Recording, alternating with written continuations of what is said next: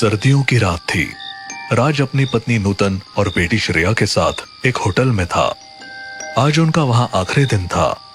उन्होंने सोचा कि रात गुजारकर सुबह निकल जाएंगे, लेकिन होटल ने उन्हें उसी वक्त चेकआउट करने के लिए कह दिया, तो उन्हें मजबूरन रात में ही वहां से निकलना पड़ा।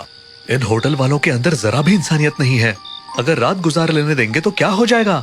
चलिए कोई बात नहीं, आगे चलते हैं। कहीं न कहीं रुकने की जगह मिल ही जाएगी। हम लोग कहाँ जाएंगे पापा? चलो कार में बैठो, देखते हैं। वो लोग एक छोटे शहर में थे। वहां से निकलकर उन्हें कोई भी होटल नहीं मिला। चलते चलते वो लोग शहर से बाहर आ गए और हाईवे पर चलने लगे। तभी अचानक राज ने महसूस किया कि रास्ते में एक भी बंदा या गाड़ी नजर नहीं आ रही है। उसे ये बात बड़ी अजीब लगी। तभी अचानक पीछे से एक बड़ा सा ट्रक हॉर्न बजाता हुआ आया, जिससे तीनों लोग झिझक गए और राज के हाथों से स्टीयरिंग अचानक घूम गया और कार ट्रक से टकराते टकराते बजी। हे भगवान, ये क्या था? मेरी तो जान ही निकल गई। जल्दी कोई रुकने की जगह ढूंढो। थोड़ी दूर चलने के बाद उन्हें दूर को एक लाइट जलती दिखी। अरे वो देखो, वहाँ लाइट जल रही है। चलो वहीं चलते हैं। ये तो कोई गांव लग रहा है। राज ने कार कच्चे रास्ते पर मोड़ी और वो उस जगह पर पहुंचे। वहाँ एक महल जैसा दिखने वाला भवन था। उसके ऊपर बड़े अक्षरों में लिखा था, शनिवार वाड़ा। ये जगह कितनी सुंदर है। यही रुकते हैं ना? ये किसका घर है पापा? ये तो अंदर जाकर ही पता चलेगा बेटा। वो लोग महल के अंदर गए, पर वहाँ कोई भी नहीं था। बड़ी अजीब बात है, इतने बड़े महल में कोई है ही नहीं। अरे तो हमें क्या मतलब, हमें तो बस रात गुजारनी है। एक कमरा देखकर वो लोग सोने चले गए, लेकिन रात में अचानक उन्हें किसी की फुसफुसाने की आवाज सुनाई दी। राज, नूतन, राज, नूतन। राज, कोई हमारा नाम ले रहा है। अरे ये तुम्हारा वहम है, सो जाओ। नहीं, सच में सुनो। अब राज भी उठ गया। दोनों को हल्की हल्की आवाजें सुनाई दी। फिर अचानक सब शांत हो गया। हाँ, मुझे भी लगा था कोई हमारा नाम ले रहा है, लेकिन ये नींद और थकावट की वजह से हो रहा था। यहाँ कोई है ही नहीं जो हमारा नाम ले, और अगर होता भी है तो उसे हमारा नाम कहाँ से पता चलेगा। इसलिए चुपचाप सो जाओ और मुझे भी सोने दो। रात भर उन्हें कुछ न कुछ अजीब लगता रहा और वो बस किसी तरह से रात काट पाए। लेकिन जब सुबह हुई तो उन्हें असली शौक लगा। भव्य महल अब एक खंडर में बदल चुका था। ये क्या हो गया? पापा, ये महल इतना गंदा कैसे हो गया? भगवान के लिए जल्दी बाहर निकलो यहाँ से। वो लोग डर से थरथराते हुए बाहर निकले। रास्ते में गांव वालों से उनकी मुलाकात हुई। राज ने उन्हें पूरी बात बताई। अरे, आप लोग बच कैसे गए? ये शनिवार वाड़ा है, एक भूतिया खंडर। यहाँ कोई नहीं जाता, और जो जाता है वो जिंदा वापस नहीं लौटता। ये सुनकर राज, नूतन और श्रेया का खून जम गया। भगवान का बहुत बहुत शुक्र है जो हम बच गए। अब हमारी आगे जाने की हिम्मत नहीं हो रही। क्या हम इस गांव में रुक सकते हैं एक दिन के लिए? हाँ हाँ, क्यों नहीं, आप हमारे घर रुक सकते हैं। क्यों गंगा? हाँ हाँ बिल्कुल, आप लोग हमारे गांव के मेहमान हैं। आइए चलिए, अपनी कार हमारे घर की तरफ ले आइए। बहुत बहुत शुक्रिया आपका। मोहन और गंगा राज, नूतन और श्रेया को अपने घर ले आए। आप जितना चाहे यहाँ रुक सकते हैं। जब थोड़ा ठीक लगे तब चले जाना। तुम्हारा बहुत बहुत शुक्रिया बहन। हमें कल रात से इतना डर लग रहा है ना कि हम बता नहीं सकते। आप लोग फरिश्ता बनकर हमारी जिंदगी में आए हैं। अरे ऐसा न कहिए, ये तो हमारा फर्ज है। वो लोग आराम से बैठ गए। दिन भर तो सब कुछ नॉर्मल रहा। राज, नूतन और श्रेया ने मोहन और गंगा के साथ खाना खाया और गांव की बातें सुनी। लेकिन जैसे ही रात हुई, माहौल में एक बार फिर बेचैनी फैलने लगी। राज, मुझे अब भी अजीब सा लग रहा है। यहाँ भी कुछ सही नहीं लग रहा। घबराओ मत, हम सुबह यहाँ से निकल जाएंगे। आज तो बस वो सब देखकर मेरा दिल घबरा गया, वरना आज ही निकल जाते। रात का सन्नाटा गहराता जा रहा था। सभी सो चुके थे, लेकिन तभी अचानक बाहर जोर से शोर मचने लगा। राज, ये शोर कैसा है? लगता है कुछ हुआ है। चलो बाहर चलते हैं। मोहन, गंगा, राज और नूतन जल्दी से बाहर निकले। बाहर गांव के अन्य लोग भी इकट्ठा हो चुके थे। सबकी निगाहें शनिवार वाड़ा की तरफ थी। पता चला कि वहाँ एक लड़के की लाश मिली है। ये क्या हो गया? इतने सालों बाद फिर से मौत। वो लड़का आखिर वहाँ गया ही क्यों? गांव में अफरा तफरी मच गई। लोग डर के मारे एक दूसरे से चिपके हुए थे। क्या होगा। हमने तो शनिवार वाड़ा को बुला दिया था, लेकिन लगता है वो सब दोबारा चालू होने वाला है।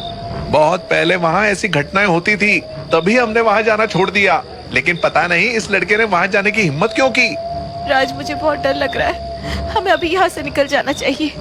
इस वक्त कहीं जाना सुरक्षित नहीं है, सुबह निकलेंगे। हाँ, अभी फटाफट घर चलिए, श्रेया अकेली है। हाँ, आप सब घर जाइए, बाहर घूमने में खतरा है। जो भी हो रहा है वो अच्छा संकेत नहीं है। सभी लोग धीरे धीरे अपने घर जाने लगे, लेकिन तभी गगन नाम का एक आदमी रोता हुआ आया।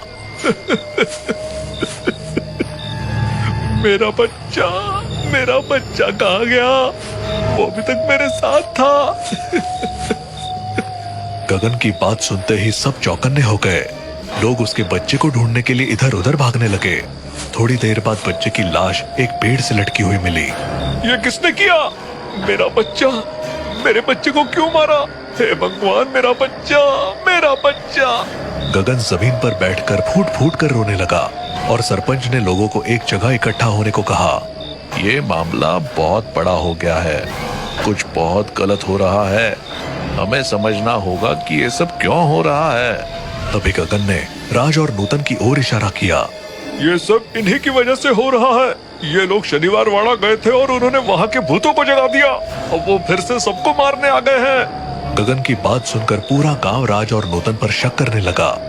लोग फुसफुसाने लगे और फिर धीरे धीरे उनकी आवाजें तेज होने लगी। हाँ, गगन सही कह रहा है, यही लोग शनिवार वाड़ा गए थे। इन्हीं की वजह से भूत जाग गया है। इन्हें गांव से बाहर निकाल दो। इन्हें अभी यहाँ से भगाओ, वरना और लोग मरेंगे। राज और नूतन घबरा गए। नूतन की आंखों में आंसू भर आए और वो हाथ जोड़कर गिड़गिड़ाने लगी। हमें माफ कर दो, हमें मत भगाओ, हम खुद ही डर के मारे मर रहे हैं। हम पर शक मत करो, हम सच में नहीं जानते कि ये सब कैसे हो रहा है। गांव वाले उनकी बात सुनने को तैयार नहीं थे। शोर और बढ़ने लगा।